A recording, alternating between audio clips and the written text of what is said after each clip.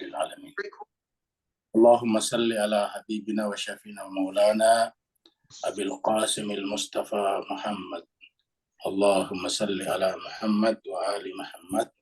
اللهم صل على محمد وآل محمد. اللهم صل على محمد وآل محمد وعلى آله وصحبه الميامين المنتجبين. Masyarul muslimin, kita bersyukur bersua kembali dalam keadaan sehat walafiat, dan kita teruskan pelajaran salat ahli ma'rifat. Mari kita masuk ke screen.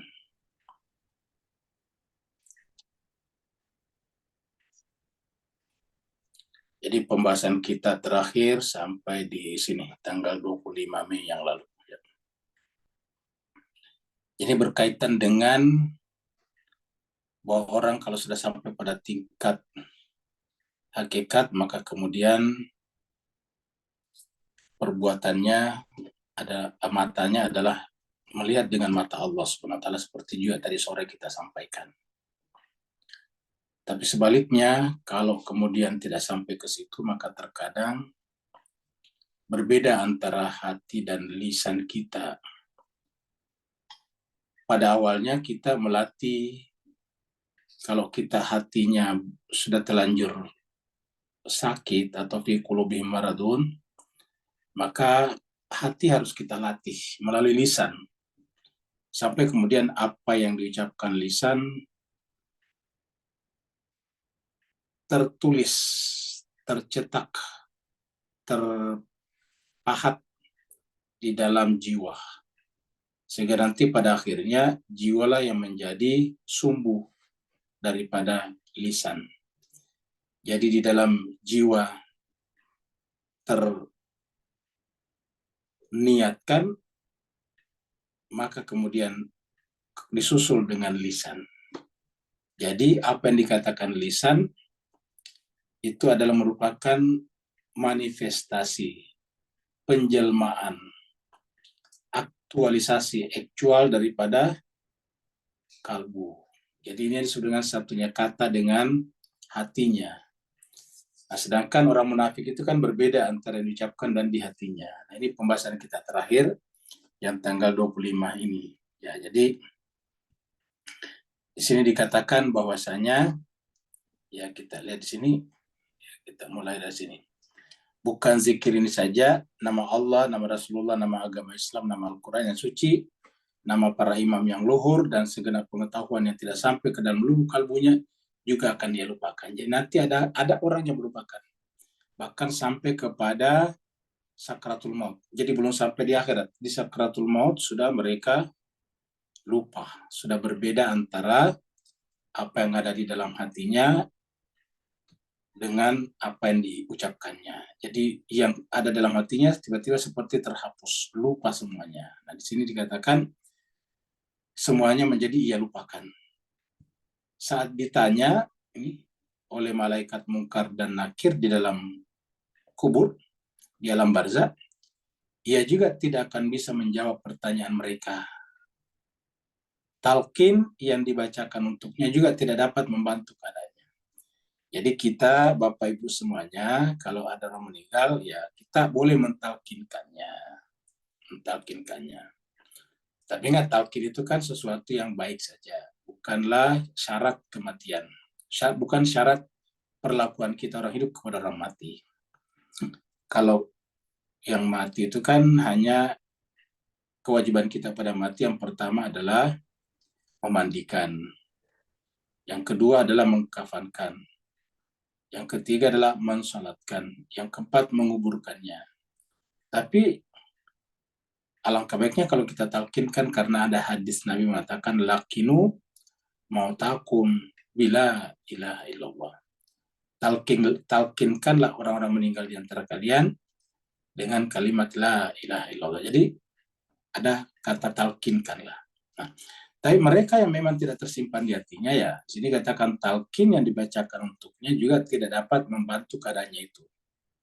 Semua itu karena di dalam kalbu orang ini tidak terpatri kesan mengenai ketuhanan Allah. Jadi ingat, semua itu Kenapa dilupakan tadi? Karena di dalam kalbu orang yang mati ini, atau yang berada di dalam sakratul maut ini, tidak terpatri, tidak terpahat, tidak tercetak mengenai ketuhanan Allah SWT. Kerasulan Muhammad Sallallahu Alaihi Wasallam dan segenap ajaran-ajaran ketuhanan lainnya. Apa yang digumamkan oleh lidahnya, apa yang diucapkan oleh lisannya, tidak terbentuk di dalam kalbunya. Sehingga semua itu dengan mudahnya tersapu dari benaknya, tersapu dari hatinya. Kalbu orang ini tidak pernah benar-benar bersaksi akan ketuhanan Allah. Jadi benar-benar melupakan janji sucinya di hadapan Allah ketika mengatakan qalu bala syahidna. Begitu juga kerasulan Muhammad dan segenap ajaran-ajaran ilahi lainnya. Nah, jadi inilah pentingnya kita mengisi hati kita. Ya. Kalau kita sebetulnya berzikir dengan mulut, tujuannya adalah untuk agar zikir itu tercetak, terpatri, terpahat, tertuliskan di dalam lembaran jiwa kita. Nah, kita teruskan. Dalam sebuah hadis dikatakan bahwa tatkala sekelompok umat Rasulullah digiring ke dalam api neraka. Jadi ada umat Rasulullah, perhatikan ya sekalian. Tatkala sekelompok umat Rasul SAW, jadi umat Islam, digiring ke dalam api neraka, terlihatlah oleh mereka wajah malaikat Malik, penjaga neraka. Jadi pada saat digiring masuk ke dalam api neraka, terlihatlah oleh mereka wajah malaikat Malik. Tentu wajah malaikat Malik tentu menyeramkan, karena namanya saya penjaga neraka. Memberikan efek takut kepada penghuninya. Akibat kewibawaan malaikat itu, mereka lupa nama Muhammad Rasulullah SAW. Ya. Padahal dahulunya mereka adalah orang-orang beriman. Nah, perhatikan. Harusnya kan kalau dia mengingat nama Nabi Muhammad bisa mendapatkan syafaat. Ya. Karena malaikat Malik sangat hormat kepada Rasulullah. Nah, tetapi karena ketika di dunia, nama Nabi Muhammad, nama para penggantinya yang suci, tidak terpatri, tidak terpahat, tidak tercetak, tidak tercetak di dalam lembaran-lembaran kalbunya, maka begitu melihat malaikat Malik, maka kemudian dia lupa nama Rasulullah. Begitu dia lupa, ya tidak bisa dapat syafaat. Padahal dahulunya mereka adalah orang-orang yang beriman kepada Rasulullah. Jadi beriman tetapi tidak terpatri dalam hatinya, mengaku beriman. Demikian pesan yang terkandung dalam hadis itu. Ini ada hadis lain dalam kitab Mir'at al-Uqul, Mir'atul Uqul, Mir'atul Uqul. Dalam kitab Mir'atul Uqul, saat mengomentari hadis, maka aku akan menjadi telinga dan matanya. Itu adalah hadis yang sangat terkenal, yang tadi juga sore kita kutip ya. Jadi siapa yang mendekatkan diri kepadaku dalam keadaan sejengkal, maka aku akan datang kepadanya sehasta. Siapa mendekat kepadaku sehasta, aku akan mendekatinya sedepa. Siapa mendekat kepadaku dalam keadaan berjalan, aku mendekat kepadanya dalam keadaan berlari. Sampai kemudian dia melihat dengan mataku, mendengar dengan telingaku, dan seterusnya. Berbicara dengan lisanku. Nah, itu artinya mendekat. Ya. Nah, ini adalah yang dimaksud di sini nih. Dalam Mir'atul Uqul. Ya, yaitu maka aku akan menjadi telinganya, menjadi matanya, dan sebagainya. Dia melihat dengan mata Tuhan, mataku, dia mendengar dengan telingaku, itu kata Tuhan. Ya, jadi pada saat mengomentari hadis ini, ya, jadi hadis yang dikomentari kita kasih tanda dulu di sini, ya. Ya, jadi pada saat mengomentari hadis ini, ya,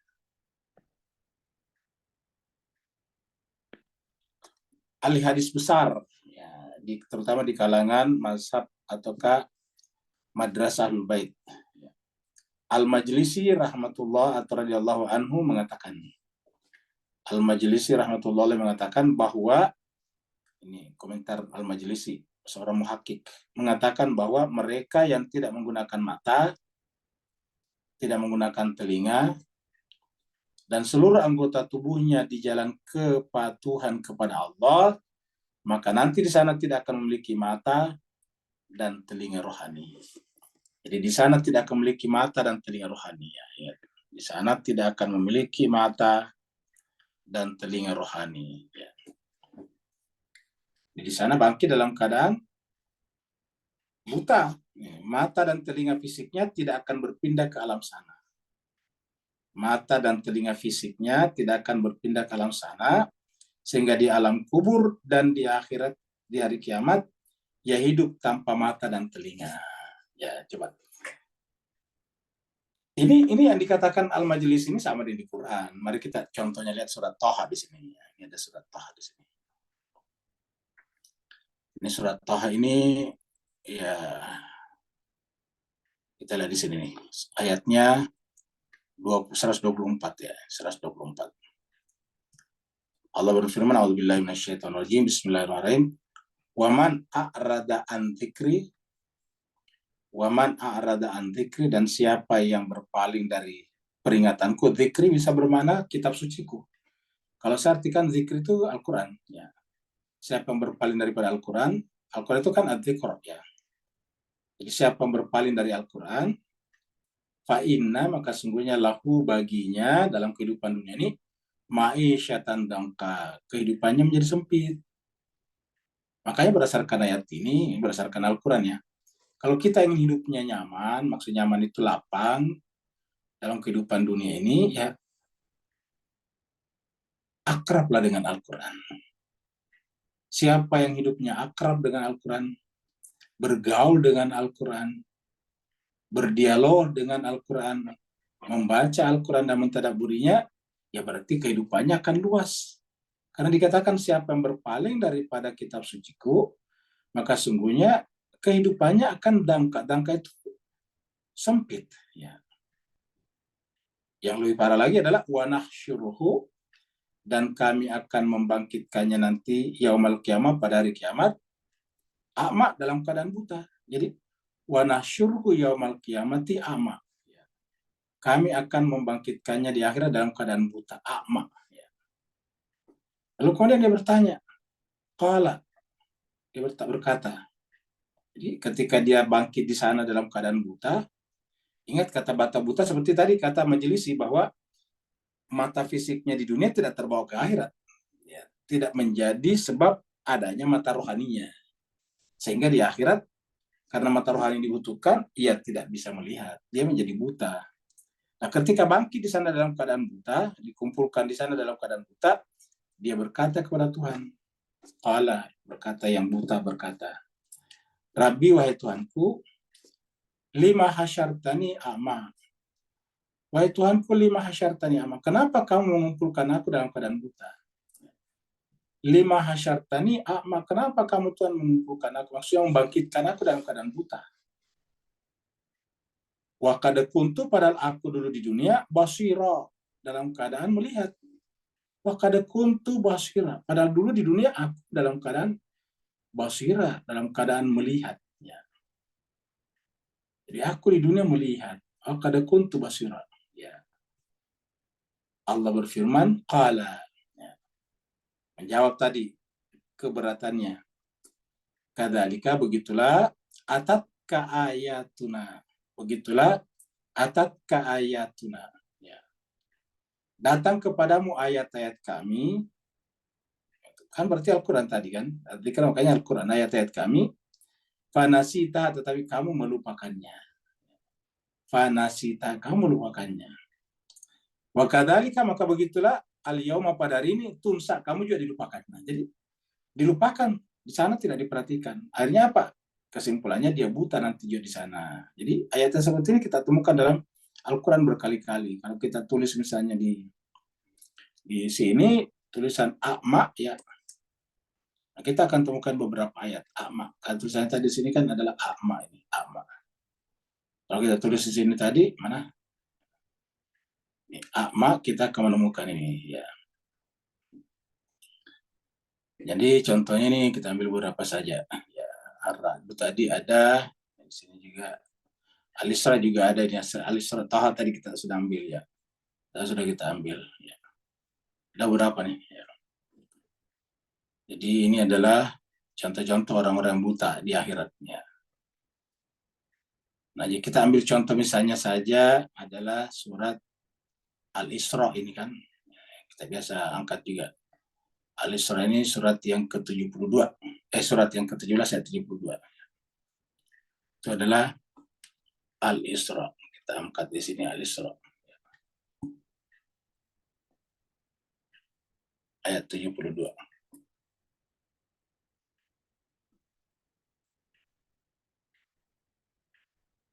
Dia. Nah, jadi di sini dikatakan ya. Fa'anjaynahu walladzina ma'ahu birahmatin minna. Ya. Nah, tadi 72 ini surat apa tadi? Surat Al-Isra 72 ya, surat Al-Isra surat 17 ya. Ini bukan Al-Araf surat 17 ya. Ayatnya 72. Ini dia. Wa man kana fi hadiyama, siapa yang di dunia ini buta, kan buta berarti tidak menggunakan matanya ya. Wa man kana fi hadiyama, siapa di dunia ini buta, bahwa maka dia fil akhirat, di akhirat dia buta. Wa man kana fi hadiyama wa bahwa fil akhirat yama. Siapa di dunia ini buta, dia juga di akhirat buta ya. Kan di dunia dia tidak menggunakan mata telinganya tadi, maka di akhirat dia pun buta. Wadallu sabila, dan jalannya lebih sesat lagi. Nah, di surat Al-Araf ini, kita lihat surat Al-Araf ya. Surat ini Fussilat ya. Oh, bukan ya. Kita surat Al-Araf di sini. Ya, ini surat Al-Isra. Sekarang kita ke Al-Araf surat ke-7. Ayatnya 179 ya.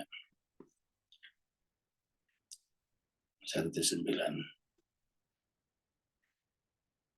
Ini dia. Allah katakan walaqad zara'na li jahannam katsiran. Sungguh kami akan mengisi neraka jahanam katsiran, kebanyakan. Minal jin, dari jin, wal insa, dan manusia. Kami akan mengisi neraka jahanam yang manusia dan jin dan manusia. Kenapa? Lahum qulubun. Mereka punya kalbu, akal maksudnya. La yafqahuna biha, tapi tidak digunakan untuk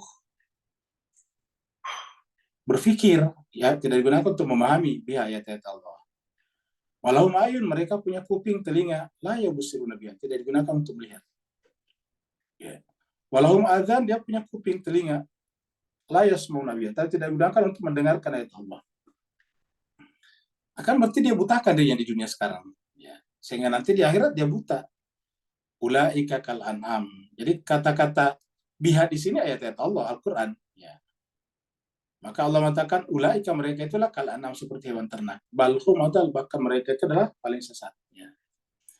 Di surat Haji misalnya, ya. Nih, surat Haji surat 22 ayat 46. Allah berfirman, afalam yasiru fil ard. Ya. Kenapa mereka tidak berjalan di muka bumi? Fatakuna lahu qulubun. Mereka kan punya kalbu. Dengan kalbu itu apa? Yaqiluna biha. Harusnya digunakan akal. Yaqiluna biha, menggunakan akal untuk itu. Au azan, atau menggunakan, atau punya telinga. Yasma'una biha. Mereka gunakan untuk mendengar. Jadi harusnya kalbu, akal ini digunakan untuk berpikir, yaqiluna biha, akal. Telinga digunakan untuk mendengar. Biha, apa haknya ini? Tadi selalu ada hak. Yaitu tanda-tanda kebesaran Allah melalui kejadian-kejadian di muka bumi ini, bekas-bekas peradaban. Apa kata Allah? Fa'innaha la ta'mal absar. Hakikatnya bukanlah mata kepalanya yang buta. Jadi kita artikan di sini al-absar, mata kepala, karena dikatakan fa'innaha la ta'mal absar. Bukanlah mata kepalanya yang buta. Walakin, akan tetapi, ta'mal qulub, yang buta kalbunya nih. Ya. Kalbunya yang buta, tidak pernah digunakan untuk yaqiluna biha ini. Qulubun yaqiluna biha. Harusnya digunakan ini. Nah, karena tidak digunakan, akhirnya apa? Ta'mal qulub, kalbunya menjadi buta, allati fi sudur, yang ada di dalam dirinya, jiwanya, sehingga nanti di akhirat dibangkitkan dalam keadaan buta, seperti tadi di surat Taha tadi sini. Waman a'rada an dzikri, siapa yang berpaling dari kitab suciku Al-Quran, fa inna lahu, maka sungguhnya baginya ma'isyatan dangka, mendapatkan kehidupan yang sempit di dunia. Wa nahsyuruhum, dan kami kumpulkan mereka, wa nahsyuruhu yaumal kiamat, pada hari kiamat, a'ma, dalam keadaan buta. A'ma, dalam keadaan buta. Maka dia protes, tanya, qala rabbi wa tuanku lima hasyartani, kenapa kamu mengumpulkan aku atau membangkitkan aku a'ma, dalam keadaan buta? Wa kada kuntu, padahal dulu di dunia, kuntu artinya aku di dunia, basira, melihat. Ya. Apa kata Allah? Qala, Allah berfirman menjawab, kadzalika, begitulah. Karena atat ke ayatuna, datang kepadamu kitab suci kami Al-Quran. Tetapi apa yang kalian lakukan? Nasita, kamu melupakannya. Jadi fanasita, kamu melupakannya. Karena kamu melupakannya, wa kadzalikal yauma tunsa itu dilupakan. Karena kamu melupakannya, maka begitulah al-yauma, pada hari ini, tunsa, kamu pun dilupakan. Tidak diberikan pendengaran dan penglihatan. Nah, jadi ini adalah contoh-contoh yang berkaitan dengan ayat-ayat ini. Ya. Jadi kita teruskan. Jadi mata dan telinga fisiknya tidak akan berpindah ke alam sana, alam akhirat, alam barzah, alam kubur.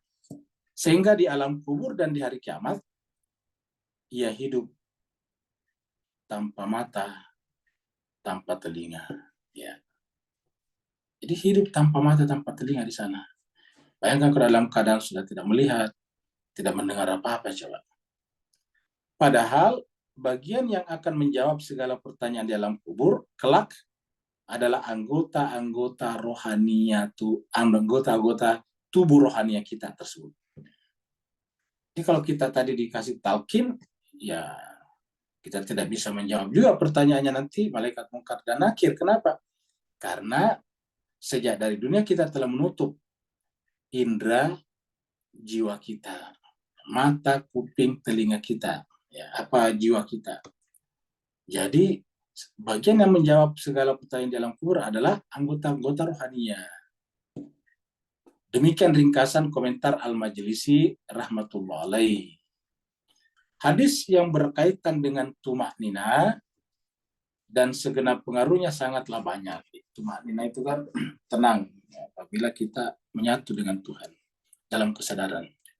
Di antaranya adalah hadis yang memerintahkan kita membaca Al-Quran. Ingat. Jadi banyak ya hadis-hadis berkaitan dengan pentingnya tumanina pada saat kita salat. Di antaranya apa? Di antaranya adalah kalau kita salat harusnya membaca Al-Quran dengan tartil. Ya. Dengan tartil, ya artinya kalau kita baca Al-Quran, ya tartil, jangan terburu-buru, harus jelas sedikit demi sedikit. Sekata demi sekata. Ya tartil. Karena itu disampaikan dalam Al-Quran. Waratilil Qur'ana tartila, kan begitu. Waratilil Qur'ana tartila, membaca Al-Quran secara tartil. Ini kan ada di sini. Ada di surat, kita lihat di sini, surat 74 atau 73. Ya.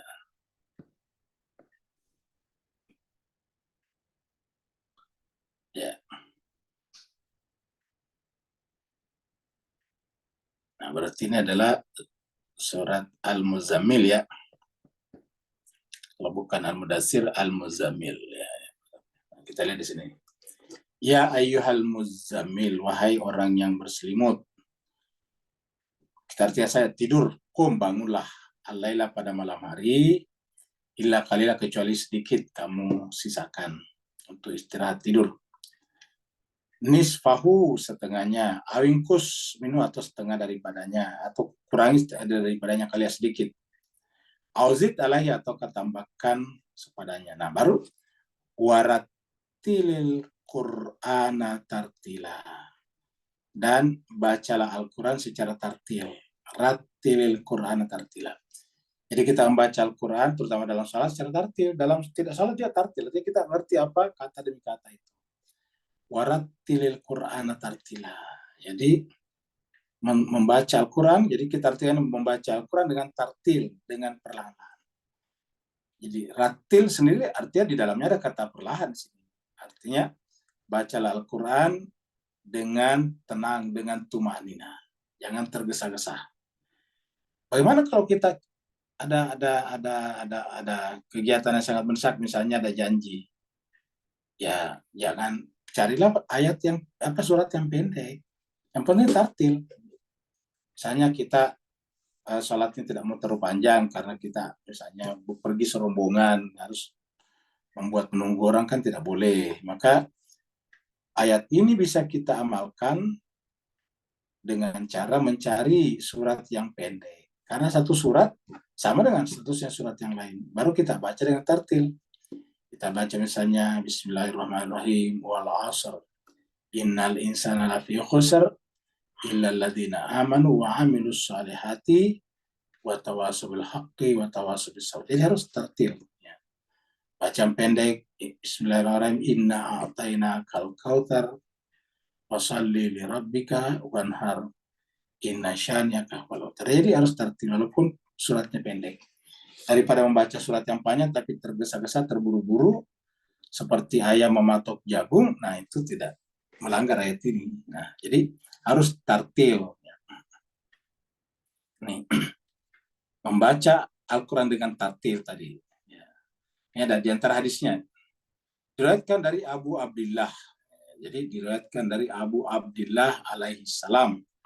Berarti dari Imam Muslim. Ya. Abu Abdullah, ya kalau bukan dari Imam Muslim, dari Imam Sadik. Ya, Imam Sadik itu kan Abu Abdullah juga. Iya, ya Abu Abdullah itu adalah Al-Husain juga. Ya Abu Abdullah, ya Husain bin Ali. Ada juga ya Abu Abdullah, ya Ja'far bin Muhammad. Nah itu Abu Abdullah juga. Jadi bisa dari Imam Ja'far.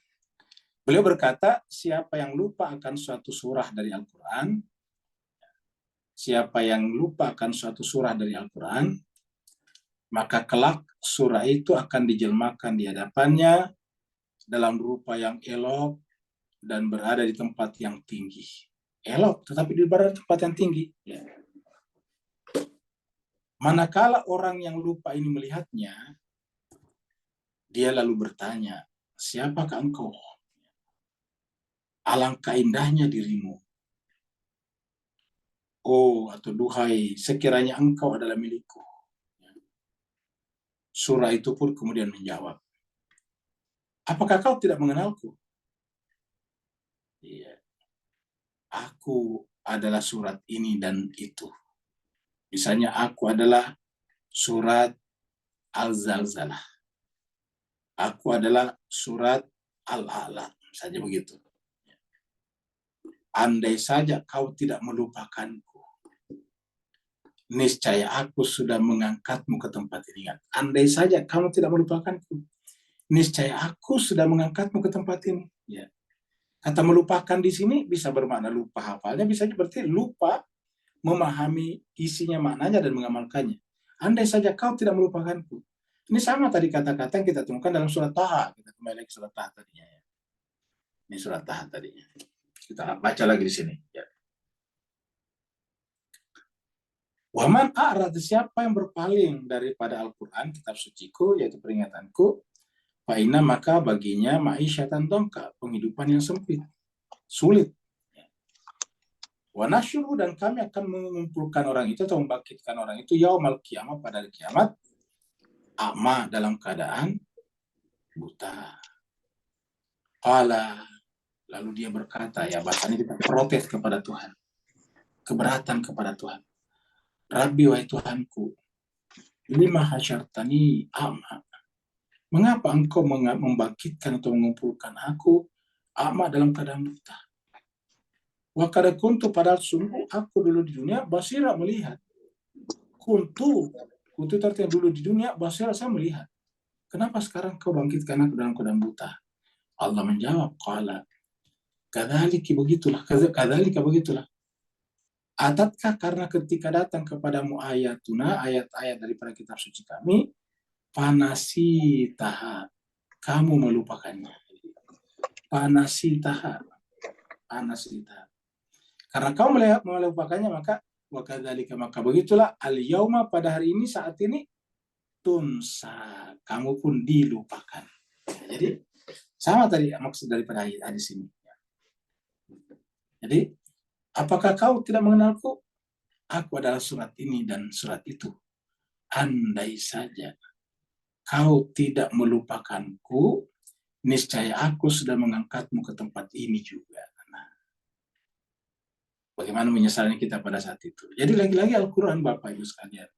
Jadi kalau kita di tadabbur selalu menyebut Al-Quran, itu bukan karena kita ingin didengar Al-Qurannya, bukan. Tapi memang begitulah, nanti kita menyesal di akhir.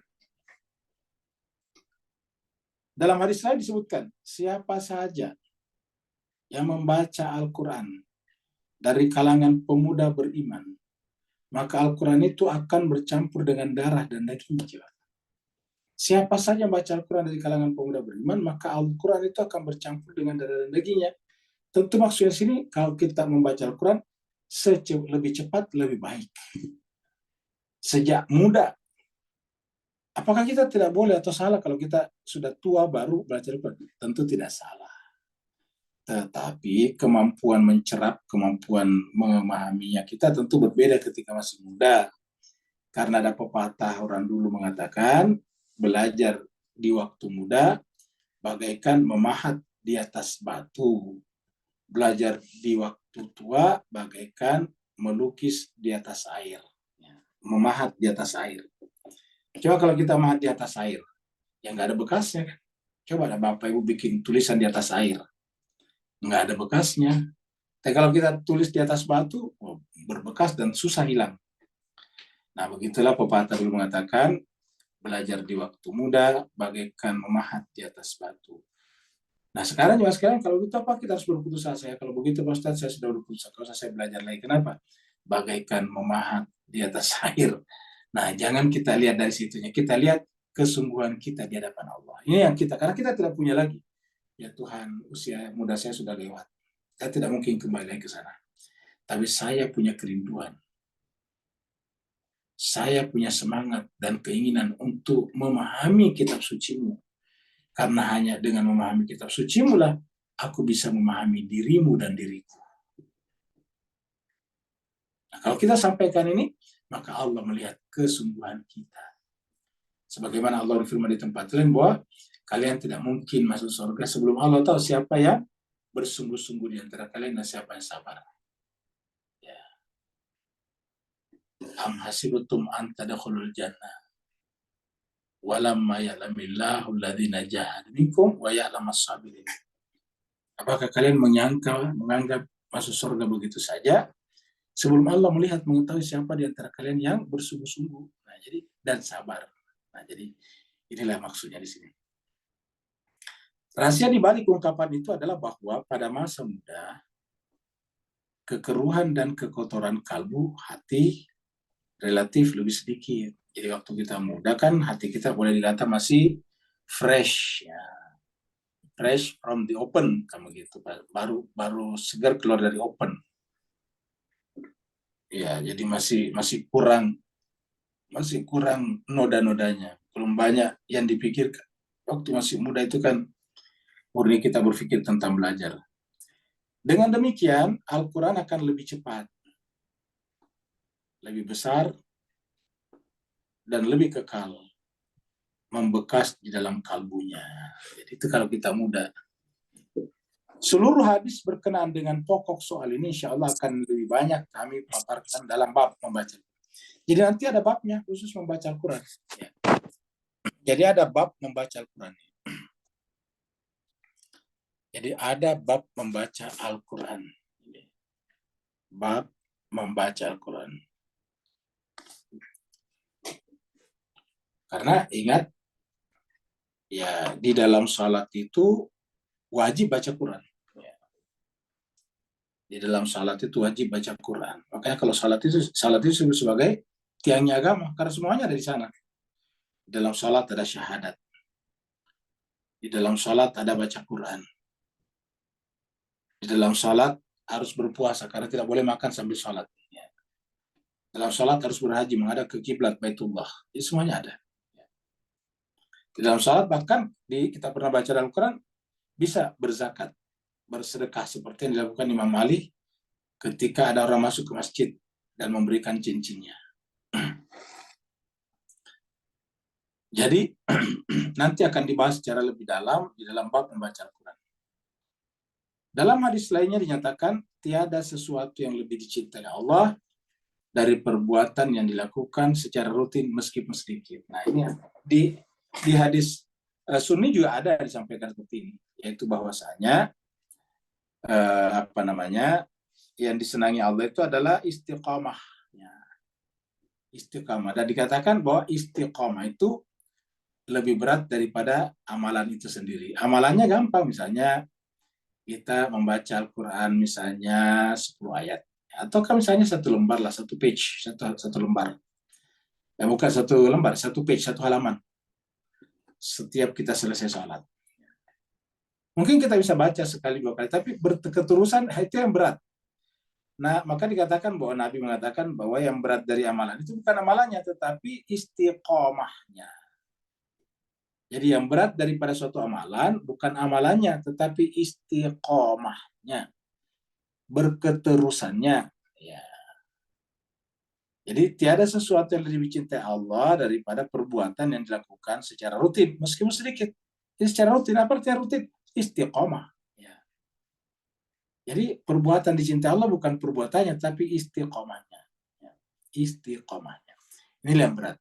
Nah, niat kita untuk belajar Al-Quran istiqomah sampai kapan? Sampai kita ke liang lahat. Seperti mana Nabi mengatakan, belajar itu wajib dari buayan sampai ke liang lahat. Belajar apa terutama? Ya Al-Quran, karena Al-Quran adalah induk dari segala ilmu pengetahuan. Boleh jadi rahasia yang tersimpan di balik itu adalah bahwa segala amal perbuatan yang dilakukan secara rutin akan menjelmakan suatu bentuk batin. Nah, jadi amal perbuatan, jadi ini kesimpulan dari Imam Khomeini rahmatullahi alaih. Jadi rahasia yang tersimpan di baliknya adalah bahwa segala amal perbuatan, jadi amal perbuatan yang dilakukan secara rutin akan menjelmakan suatu bentuk batin di dalam kalbunya, ya seperti tadi di atas. Jadi amal perbuatan yang dilakukan secara rutin, secara istiqamah, akan menjelmakan suatu bentuk batin. Maksudnya menjelma menjadi bentuk rohani di dalam kalbu kita.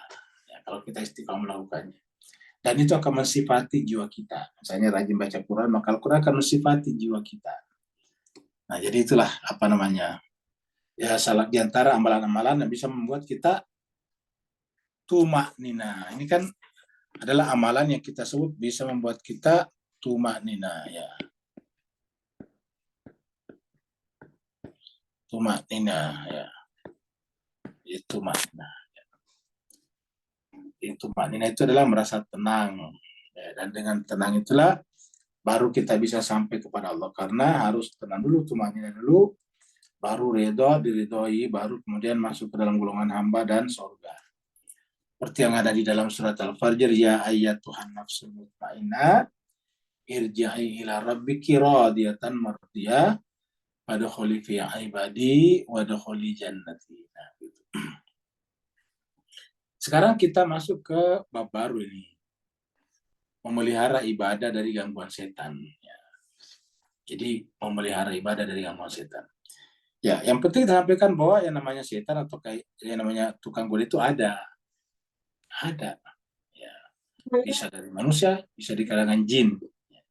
Jadi memelihara ibadah dari gangguan setan. Ini bab kelima pembahasan kita. Ya. Kita baca, di antara adab kalbu yang penting di dalam sholat, jadi adab kalbu. Di antara adab kalbu, di antara adab kalbu yang penting di dalam sholat dan ibadah-ibadah lainnya adalah menjaga kalbu dari gangguan dan campur tangan setan. Menjaga kalbu dari gangguan dan campur tangan setan. Ya. Jadi ini adalah menjaganya, maksudnya menjaga kalbu dari gangguan, ya. Jadi nyaknya di sini, ini adalah kembali ke sini. Ya. Kalbu, menjaga kalbu dari gangguan dan campur tangan setan. Inilah yang banyak disampaikan dalam Al-Quran. pentingnya kita, contohnya kita lihat di sini nih ya. Kita lihat misalnya ya surat Fussilat, ini surat Fussilat ya. Ini jadi wa imma yanzagannaka minasyaitan, apabila engkau mendapatkan gangguan dari syaitan. Kata gangguan itu berarti kita merasa tidak konsentrasi, kita merasa susah untuk fokus ya. Wa imma yanzagannaka minasyaitan, nazgun dengan gangguan, maka apa yang harus dilakukan? Fasta'id billah, maka beristiadalah, berlindunglah billah kepada Allah. Jadi fasta'id billah, minta perlindunganlah kepada Allah. Binya sebetulnya dengan Allah, dengan itu artinya bersama. Jadi minta perlindunganlah dengan cara bersama dengan Allah. Jadi bersama dengan Allah kita terlindungi. Sama saya kalau ada maling, ada orang yang mau mencuri, kita merampok, tiba-tiba kita pergi ke belakangnya, berdiri belakangnya polisi. Ya maka kemudian dia tidak berani, malingnya tidak berani, ada polisi di depan kita. Nah, maka artinya apa? Kita bersama dengan polisi. Walaupun di belakangnya, tapi bersama dengan polisi. Nah begitu juga ini, beristiazalah, berlindunglah dengan cara bersama dengan Allah. Karena tadi di pembahasan sore, bila itu kan dengan Allah. Ya. Jadi, tadi kita sudah sampaikan misalnya perjalanan ketiga, minal haqqi ilal khalqi bil haqqi. Jadi bil haqqi atau mal haqqi. Dengan atau bersama. Jadi wa imma yanzagannaka minasyaitan nazgun fasta'iz billah. Innahu huwas samiul alim. Sungguhnya dia tuh mah mendengar lagi mah mengetahui. Ini ada kalau tidak salah di sini juga nih. Ya. Ini dia juga surat Al-Araf juga ada nih. Ya. Tadi surat Fussilat, ya ini ada. Ya. Jadi ini adalah wa imma yanzagannaka minasyaitan. Ini mirip di sini surat Al-Araf ya. Araf 200. Wa imma yanzagannaka minasyaitan nazgun, fastaiznya sama ini tadi. Wa imma yanzagannaka minasyaitan nazgun fastaiz billah ini. Wa imma yanzagannaka minasyaitan nazgun fastaiz sama ya. Innahu sami'un basir, sami'un alim, karena semuanya Allah itu Maha mendengar lagi Maha mengetahui. Kalau di sini tadi ya. Wa imma yanzagannaka minasyaitan nazgun fastaiz billah innahu, sungguhnya dia Allah huwas samiul alim, dia adalah Allah yang mendengar lagi mengetahui. Jadi mirip di sini ya. Ini terakhirnya adalah sama juga, innahu samiul alim ya. So, ya. Nah, jadi ini adalah contoh-contoh. Nah, kita lihat lagi surat An-Nahl ya. Surat An-Nahl ini surat yang ke-16 ayat 98. Faida qara'tal Qur'ana, apabila engkau telah membaca Al-Qur'an, fasta'id billah, minta perlindunganlah kepada Allah. Jadi faida qara'ta, apabila engkau membaca Al-Qur'an, fasta'id billah. Ya. Maksudnya di sini karena betul lampu nih. Maksudnya apabila engkau telah berniat untuk membaca Al-Quran, apabila engkau telah, ini kan kata mati kan artinya telah. Jadi apabila engkau telah bersiap untuk membaca Al-Quran, artinya membaca, maka fasta'id billah. Makanya kalau kita baca Quran, baca a'udzubillahi minasyaitonirrajim. Karena dikatakan faidza qara'tal Quran fasta'id billah. Tapi tidak ada hadis apa ayat mengatakan faidza qara'tal hadisa fasta'id billah, enggak ada. Kenapa? Karena ini adalah kitab suci. Hadis bukan kitab suci. Jadi faidza qara'tal Qur'ana, apabila engkau membaca Al-Qur'an, ya berlindunglah kepada Allah. Fasta'id billah minasyaitonir rajim. Dari syaitan yang terkutuk. Jadi bayangkan kalau kita baca Quran, baru tidak istiadah, maka sangat mungkin kita dipengaruhi syaitan. Misalnya kita bangga dengan bacaan kita.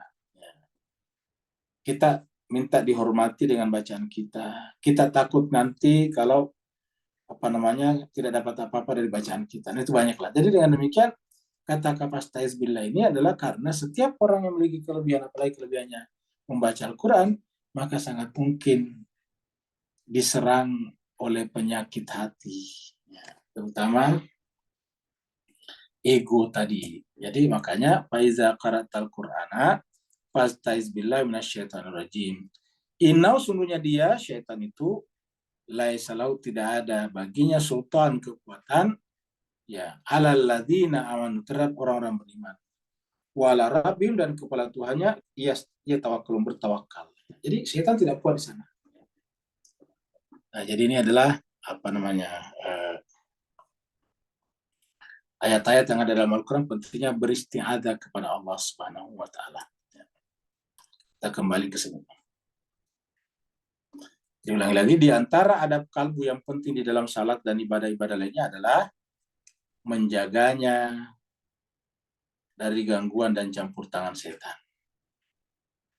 Perkara ini sebetulnya termasuk adab-adab kalbu yang mendasar. Perkara ini sebetulnya termasuk adab-adab kalbu yang mendasar. Pelaksanaannya tidaklah gampang. Nah, ini tidak gampang. Contohnya misalnya Pak sekalian ya, kok kenapa itu ya kalau kita hal-hal yang sifatnya kesenangan-kesenangan sesaat, itu kan biasanya kita bersemangat dan gampang melakukannya. Ya, misalnya kita nonton sinetron, atau TikTok, atau pokoknya hal-hal yang sesuai dengan hawa nafsu kita, itu kan enak melakukannya, gampang. Tapi begitu mau belajar Al-Quran, itu susahnya tidak ketulungan biasanya. Iya. Ntar kita dengarkan lagi tadabbur, biasanya tanpa terasa kita tertidur pula, kayak gitu. Nah, jadi tanpa kita rasakan sebetulnya bahwa memang ada upaya-upaya tertentu dari alam tertentu untuk menghalangi kita baca Quran. Ini bukan hanya dilakukan oleh syaitan dalam pengertian baik manusia dan kalangan jin, tetapi juga oleh sesama manusia yang mungkin bagi kita juga termasuk menurut pandangan kita sudah beriman. Ya. Karena kita sampaikan bahwa tidak sedikit orang yang mengaku beriman atau kelihatan beriman, tetapi sebetulnya tidak begitu intensif di dalam membaca dan mentadabburi Al-Quran. Membacanya loncat-loncat, tidak pernah runtut, dan karena tidak pernah memahami secara utuh. Ya. Jadi perkara ini sebetulnya termasuk ada pada kalbu yang mendasar. Jadi setan itu selalu ada. Ya. Jadi makanya dalam Al-Quran itu ada yang dikatakan la tasma' bihadzal Quran, jangan dengarkan. Jadi ada itu di dalam Al-Quran. Mereka melarang kita. Oh, manusia itu. Ya. La tasma' ya. La tasma' bihadzal Quran. Ini kita lihat surat Fussilat ini. Ya. Ini surat Fussilat, surat 41 ayat 26. Nah, kita lihat di sini. Ya. Kita lihat di sini. Suratnya Fussilat. Nah, ini sudah ada Fussilat dari sini ya, Fussilat. Ayatnya 26. Surat Fussilat. Waqala, ini surat Fussilat pasal 41. Waqala alladziina kafaru, dan berkatalah orang-orang yang kafir tertutup hatinya. La tasma'u li hadzal Quran. Jangan dengarkan Al-Quran ini kalau dibahas. Jadi ada seperti dalam Al-Quran, la tasma'u li hadzal Quran. Karena yang paling ditakuti Al-Quran. Ya, makanya kita lihat yang paling orang Islam itu tidak ada agama kecuali tidak ada Al-Quran. Kita semua tahu bahwa Al-Quran itu Islam itu kan adalah ajaran, dan ajaran itu diambil dari Al-Quran. Tetapi kenapa umat Islam sangat sedikit yang pelajari Al-Quran secara intensif? Karena itu adalah bacaan sehari-hari harusnya. Nah, ternyata memang rahasia keberhasilan umat Islam menjalankan tugasnya sebagai khalifah tergantung pada Al-Quran. Maka mereka-mereka yang tertutup hatinya dikatakan la tasma'u li hadzal Quran. Kalian tidak perlu dengarkan Al-Quran ini. La tasma'u li hadzal Quran. Jangan dengarkan Al-Quran ini. Kalau misalnya Al-Quran dibacakan walghaw fihi, buatlah keributan, bikin kegaduhan, bikin gaduh, ya. Walghaw fihi, bikin keributan, bikin kekacauan, bikin kegaduhan. Walghaw fihi, supaya apa? La'allakum taglibun, agar dengan cara seperti itu kau bisa mengalahkan mereka. Jadi sederhana, Al-Quran mengatakan kalau kita sekarang kalah umat Islam, ya karena kita memang jauh daripada Al-Quran. Kemarin saya membaca berita, menonton berita, di mana pemimpin Arab semuanya menghadap kepada Xi Jinping di Beijing. Ada sekarang konferensi Beijing dan Liga Arab. Dan kita bayangkan, mereka dikumpulkan, disatukan, dibuatkan kekuatan oleh siapa? Oleh Xi Jinping yang tidak beragama. Mereka ini semuanya fasih bahasa Arabnya. Kenapa? Ya Liga Arab. Sekarang disebut dengan negara Arab itu bukan yang tinggal di Jazirah Arab saja, tetapi semua negara yang menggunakan bahasa Arab. Makanya kalau kita lihat Liga Arab itu luas sekarang, tidak seluas Jazirah Arab. Kalau kita mau lihat Jazirah Arab itu kan cuma Oman, Yaman, Saudi, UAE, kan begitu, Qatar, ya, apalagi Bahrain, kemudian seperti Yordania, nah itu Arab. Tetapi sekarang sudah berkembang kemana-mana, Nigeria, apa namanya, nah, Sudan pun masuk negara Arab, Mesir masuk negara Arab, Afrika Utara masuk negara Arab, Tunisia, Aljazair. Kenapa? Karena bukan lagi wilayah geografisnya, tetapi bahasanya. Nah, artinya kesimpulannya, mereka yang diundang oleh Xi Jinping itu adalah orang-orang yang bahasa Arabnya fasih, ya, fasih sekali, karena orang Arab. Oh, kenapa bisa begitu? Ini aku mengatakan, ya, la tasma'u li hadzal Quran. Mereka berkata aja dengarkan Al-Quran ini, karena kalau mereka mendengarkan Al-Quran, kamu tidak bisa mengalahkan mereka. Dengan tidak membaca Al-Quran, atau kalau membaca Al-Quran kau bikin kegaduhan, apa kegaduhan itu? Jangan bayangkan kegaduhan itu bikin ribut, bikin suara keras, bukan. Kegaduhan itu artinya apa? Dibikin polemik, dibikin perdebatan, dibikin diskusi panas, sesuatu yang berada di luar Al-Quran. Coba. Disuruhlah berdiskusi tentang Natal. Apakah halal atau haram mengucapkan selamat Natal? Coba. Akhirnya kita gaduh di situ, kita kacau di situ, kita ribut di situ. Ya. Banyak sekali keributan-keributan yang kita lakukan. Keributan tentang, misalnya, nama harus diganti ya, namanya tidak sesuai dengan Al-Quran ya, atau tidak sesuai dengan bahasa Arab, atau nama-nama Arab ya harus diganti. Ada seperti itu juga. Banyaklah kegaduhan-kegaduhan itu dibuat. Tahlillah, macam-macam dibuat kegaduhan. Ya. Nah, jadi cuma sekian bahagia di Indonesia sekarang bikin ramai lagi karena ada fatwa lagi. Mengucapkan salam dengan berbagai macam itu haram. Ya, jadi kalau kita ucapkan salam, tidak perlu Assalamualaikum warahmatullahi wabarakatuh, salam sejahtera untuk kita semuanya, Om Swastiastu, Om, kemudian apalagi Namo Buddhaya, dan salam kebajikan, tidak perlu. Ya. Akhirnya kemudian ribut lagi di situ, diskusi begitu terus menerus. Ya. Kita hanya begitu, akhirnya kita lemah. Dan itu dikatakan dalam surat Al-Anfal, kalau kalian kerjanya berdebat, maka kekuatan kalian akan hilang. Dan itu yang terjadi sekarang. Akhirnya kekuatan hilang, negara Arab banyak, Islam banyak, akhirnya ditiupkan roh kekuatan oleh Xi Jinping. Ya. Xi Jinping itu meniupkan roh kekuatan. Ya. Luar biasa kan? Orang yang tidak bertuhan, menasihati, mengumpulkan orang yang bertuhan. Orang yang tidak mengerti bahasa Arab sama sekali, mengumpulkan orang yang menggunakan dengan fasih bahasa Al-Quran. Apa sebabnya nih? Ya. Wa qala alladziina kafaru la tasma'u li hadzal Qur'an. Jangan dengarkan Al-Quran ini. Karena kalau dia dengarkan Al-Quran, kamu tidak bisa mengalahkan mereka. Tapi dengan tidak mendengarkan Al-Quran, atau kalau Al-Quran dibacakan, kau bikin banyak pendapat-pendapat, terjadi perdebatan panas, maka dengan cara seperti itu kalian bisa mengalahkan orang Islam. La'allakum taghlibun. Jadi jemaah sekalian, saya kira jelas sekali ayat-ayatnya, dan seperti ini kita bisa temukan dalam Al-Quran. Yang paling kita biasa lihat surat Al-Furqan ayat 30, di mana Allah berkata, qala Rasul ya Rabbi inna qaumi ittakhadhu hadzal Qur'ana mahjura. Itu surat Al-Furqan ayat 30. Nah, jadi kesimpulannya Al-Quran lah yang ditinggalkan sehingga umat Islam sekarang ya dihinakan. Banyak lagi dihinakan. Di tengah 1,5 miliar umat Islam, dibunuh sampai 36.000 sekarang. Dan tidak mereka bisa berdaya. Oleh kelompok yang sangat kecil, Israel. Ya. Mereka tidak bisa berbuat. Bahkan saya mendengarkan tadi berita terakhir bahwa pidatonya Abdul Malik Houthi, pemimpinnya Houthi, bahwa sampai sekarang, menurut data dia terima, sampai sekarang Mesir masih memenuhi kebutuhan makanannya Israel. Bayangkan Mesir. Yang Mesir itu adalah berbahasa Arab fasih. Mesir itu adalah terkenal dengan Universitas Al-Azharnya. Ada mufti Al-Azharnya di sana. Tetapi tetap saja mensuplai makanan kepada Israel, yang Israel membunuh orang Islam setiap hari. Negara-negara yang tidak Islam saja Eropa protes sampai ribut di kedutaan-kedutaan.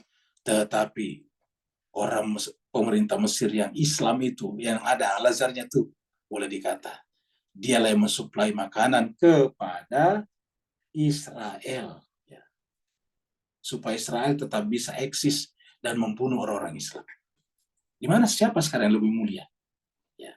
Apa berkahnya sekarang sekolah Al-Azhar di sana? Kenapa ya dipelajari di Al-Azhar apa? Tarbiyah, sejarah. Ya, kalau kita belajar tafsir Al-Quran, bukan Al-Quran, tafsir Al-Quran. Ya, yang diperdebatkan adalah nasi mansuhnya Al-Quran. Ya, ijmal dan khasnya suatu ayat. Tidak pernah mempelajari Al-Quran secara mendalam. Apa dihinakan kita jemaah sekalian? Ayatnya sudah ada nih. Ya, ayat sudah ada nih. Wa qala alladziina kafaru la tasma'u li hadzal Qur'an. Jangan biarkan mereka mendengarkan Al-Quran ini. Kalau mereka baca Al-Quran, walghaw fi, bikin keributan, bikin kekacauan, kegaduhan opini. Karena dengan cara begitu kamu bisa mengalahkan mereka. La'allakum taghlibun.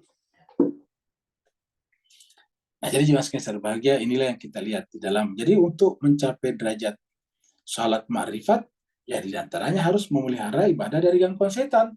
Dan apa itu hakikat ibadah salat? Ya, Al-Quran. Maka pembahasannya di sini adalah harus menjaga diri dari gangguan setan dari ini Al-Quran. Ya. Di antara adab kalbu yang penting di dalam salat dan ibadah-ibadah lainnya adalah menjaganya dari gangguan dan campur tangan setan. Jadi kita sekarang salat, tapi tidak terjaga. Kenapa? Karena memang agama sudah rusak, Bapak Ibu sekalian. Saya tidak tahu kalau di Singapura dan Malaysia, tapi kita di Indonesia sekarang ada jemaah haji yang ditangkap di Saudi dan dideportasi, dikembalikan ke tanah air, ke negara Indonesia, karena tertangkap mereka menggunakan dokumen-dokumen palsu haji. Coba bayangkan, mau berhaji tapi menggunakan dokumen palsu haji. Bagaimana ceritanya coba? Ya. Mau berhaji mendekat kepada Allah tapi berdusta, ilegal. Artinya haji sekarang bukan lagi ibadah kepada Allah, tapi haji adalah kultur untuk mengangkat harkat dan martabat di tengah-tengah masyarakat. Karena kalau kita haji, biasanya lebih dipilih orang daripada kalau tidak haji kalau mau pemilu raya. Al-Hajj, Haji Muhammad, Hajjah. Jadi inilah yang terjadi sekarang. Jadi haji bukan lagi qurbatan ilallah, bukan lagi datang melebur ke dalam Allah melalui rumahnya, Baitullah. Iya.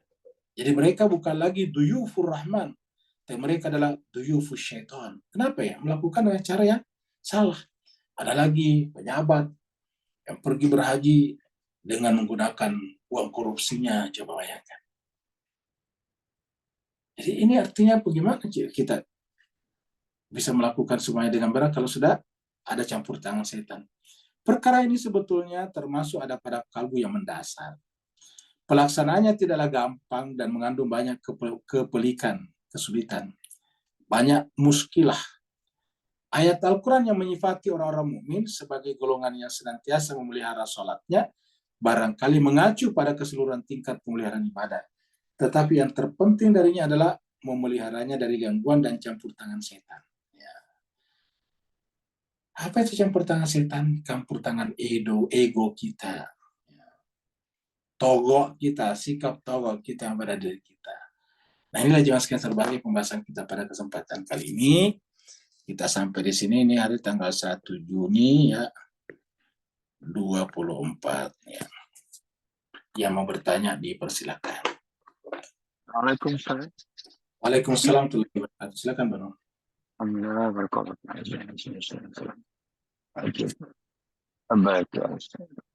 Bismillahirrahmanirrahim.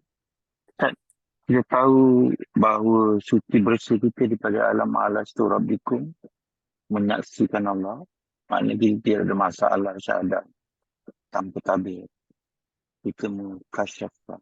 Kemudian kita tahu juga bahawa kutiupkan ruhku dalammu, berarti 24/7 every saat, setiap masa daripada hidup sampai ajal, Allah tak pernah terpisah daripada kita.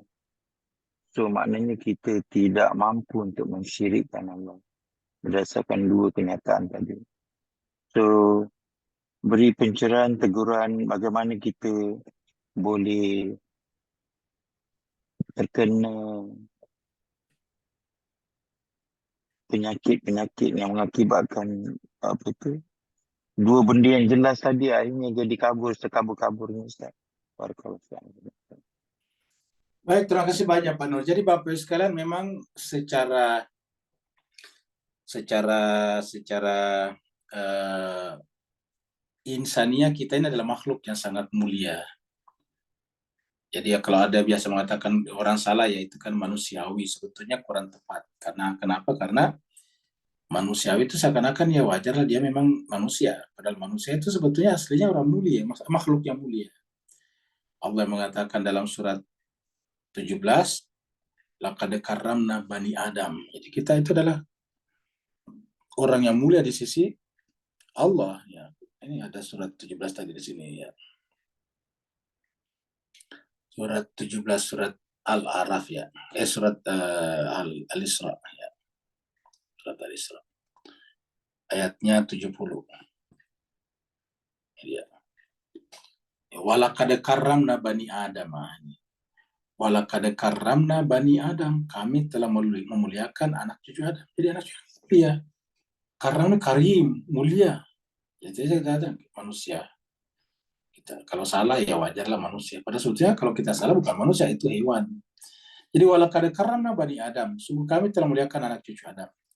Wa hamalnahum, dan kami angkat mereka, memudahkan mereka untuk beraktivitas, untuk mobile, untuk bepergian, untuk melancong, fil barri, di daratan, wal bahri, dan di lautan. Wa razaqnahum, kami berikan rezeki kepada mereka, minat thayyibat, dari yang suci-suci, yang baik-baik. Wa faddalnahum, dan kami muliakan mereka, ala kathirin, ya, terhadap kebanyakan makhluk yang lain. Nih. Jadi kata-kata ala kathir di sini terhadap makhluk-makhluk yang lain, termasuk tumbuh-tumbuhan, hewan-hewan, bahkan malaikat-malaikat. Afaddalnahum ala katsirin mimman khalaqna. Kami muliakan mereka lebih baik daripada lebih banyak makhluk yang kami ciptakan, dengan selebih-lebihnya, dengan seutama-utamanya. Jadi inilah manusia. Nah, tadi kita lihat kenapa bisa manusia mulia, karena Tuhan mengatakan bahwa ketika kita diciptakan, Dia tiupkan rohnya pada diri kita. Tadi di sini, ya. Dia meniupkan rohnya di sini. Kita lihat dalam surat Al-Hijr. Faidha sawaituhu, ya, bahwa memang kita dari tanah, iya. Wa idh qala rabbuka lil malaikati inni khaliqun basyaran min salsalin min hamain masnun. Sungguhnya kami, dan ingatlah tatkala Tuhan berkata kepada malaikat, ini sungguhnya aku khaliqun, akan menciptakan basyaran, manusia, min salsalin, manusia biologis, dari lumpur kering, min hamain masnun, yang diberikan bentuk. Faidha sawaitu, dan apabila aku telah menyempurnakannya, wa nafakhtu fihi min ruhi, lalu kutiupkan padanya ruhku. Ya. Setelah itu faka'u lahu sajidin, sujudlah. Nah, jadi dengan ini kemuliaan. Makanya supaya benar-benar pantas seluruh makhluk sujud kepada kita, Allah bertanya kepada kita sebelum lahir, alastu birabbikum, apakah kamu nanti tidak melupakan aku sebagai Tuhanmu? Lalu kita menjawab, bala syahidana, benar Tuhan, kami bersaksi kamu adalah Tuhan kami. Nah, tetapi kenapa tiba-tiba lupa, seperti pertanyaan Pak Nur tadi? Jawabannya kita pakai dua ayat. Ayat pertama adalah surat yang ke-18. Surat ke-18. Ya, ayatnya sekitar 28 juga. Ini dia. Jadi ayatnya dari sini. Allah mengatakan begini. Ini surat 18 ayat 28. Wasbir nafsaka. Sabarkanlah dirimu, dirimu, ma'a, bersama. Jadi kita usahakan paksa diri kita untuk sabar bersama dengan siapa? Alladzina, orang-orang yang yada'una rabbahum, menyeru kepada Tuhannya. Ya. Menyuruh kepada Tuhan itu artinya belajar tentang hal yang bisa menggerakkan dirinya untuk sampai seperti tadi 4 perjalanan waktu sore hari kita berbicara. Bil ghadati di waktu pagi, wal asyi dan di waktu petang. Yuriduna wajah, semata-mata menginginkan wajah Tuhan, tidak punya pamrih, tidak punya tujuan yang lain. Yuriduna wajahu. Wala ta'du ainaka anhum, dan janganlah engkau memalingkan ya ainaka matamu anhum dari mereka, artinya fokuslah kepada bersama mereka. Ya, jangan sampai kamu keluar tidak bersama mereka turiduna zinatal hayati dunia, hanya karena menginginkan kehidupan dunia. Banyak orang tidak mengaji misalnya hanya gara-gara ingin reunian dengan teman-temannya, kan? Meninggalkan Allah daripada karena cintanya kepada teman-temannya meninggalkan Allah. Nah, kan begitu ada kayak gitu. Itu riduna zinatal hayat, karena menginginkan kehidupan dunia. Allah mengatakan jangan seperti itu nih. Ya. Allah mengatakan wala ta'du ainaka, janganlah engkau memalingkan kedua matamu dari mereka hanya karena menginginkan keripiasan dunia. Wala tuti, dan jangan juga mengikuti man aghfalna qalbah, orang-orang yang telah kami lalaikan kalbunya. Jangan ikuti mentaati orang lalai kalbunya. Anzikrina, dari mengingat kami, dari pelajari kitab suci. Wattaba'ah wahu, dan mengikuti hawa nafsunya. Nah, jadi kalau kita lihat di sini jawabannya Pak terhadap Pak Nur tadi adalah ini. Sebabnya kita terpalingkan atau jauh dari sini adalah karena dari hakikat kita tadi sebagai makhluk yang mulia, karena kita telah ini mana tadi, yaitu memalingkan mata kita dari orang-orang yang beribadah atau kamu mendekatkan diri kepada Allah. Jadi ini kita langgar. Ini kan Al-Quran katakan la ta'du ainaka, janganlah engkau memalingkan kedua matamu dari mereka. Nah, kita kemudian justru melanggar ayat ini, memalingkan kedua mata kita dari orang-orang yang mendekatkan diri kepada Allah melalui kitab sucinya. Ya. Kenapa kita melakukan itu? Ya pastikan urusan dunia, turiduna zinatal hayatid dunia. Satu, yang kedua, wala tuti man aghfal, kita langgar ini, akhirnya kita ikuti orang yang lalai hatinya. Kita mengikuti orang lalai hatinya. Ya. Wala tuti man aghfalna qalbahu. Ya. Dan janganlah mengikuti mentaati orang yang lalai kalbunya, anzikrin, dari mengingat kami. Nah, kemudian ketiga apa? Wattabahwau, mereka mengikuti hawa nafsunya. Jadi mereka mengikuti hawa nafsunya. Jadi mereka adalah mentaati orang yang lalai hatinya, mentaati orang yang ittiba kepada hawa nafsunya. Nah, orang-orang seperti ini nanti urusannya menjadi kacau. Amruhu furuta, sampai batas. Nah, ini adalah surat Al-Kahfi. Kita lagi surat Maryam, dua surat tadi kita janjikan. Surat Maryam, surat yang ke-19. Ya. Ayatnya 58, 57 ya.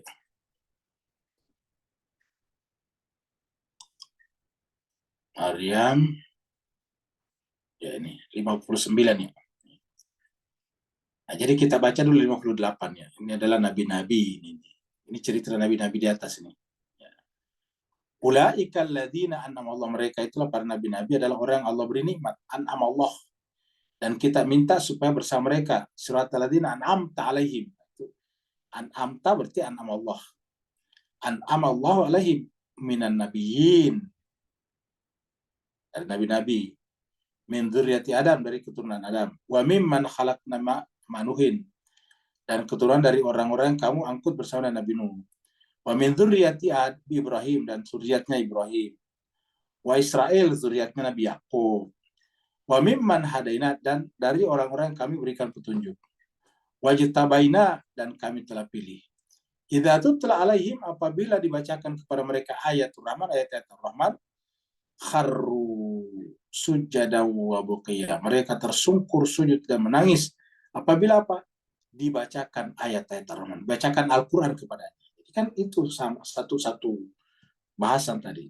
Idza tutla alaihim ayatul Rahman kharru sujada wa buqiya, apabila dibacakan kepadanya ayat-ayat Allah, ayat Al-Quran, kharru tersungkur sujud dan wa buqiya, sujud dan menangis.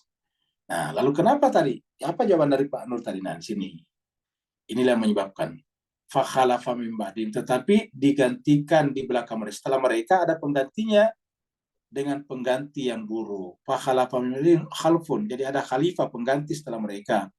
Bagaimana pengganti mereka itu? Ada'us shalah, menyia-nyiakan salatnya.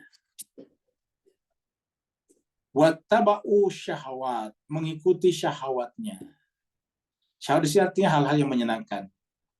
Ya, jadi melalaikan salatnya. Melalaikan salatnya kan berarti boleh jadi salat, tetapi tidak mengerti apa yang dibaca dan di makna-makna daripada salatnya. Makanya kita belajar ini buku tentang salat ahli ma'rifat, supaya kita jangan masuk kategori ada'us salat. Wattaba'u syahwat, mengikuti syahwatnya. Fasawfa yulqauna gaya. Nah, itulah menyebabkan mereka gaya, tersesat, menyimpang, deviasi. Ya, jadi inilah apa namanya jawaban daripada Al-Quran. Ada lagi pertanyaan sebelum kita tutup? Ada Ustaz di chatroom. Sekarang kita pindah ke chatroom ya.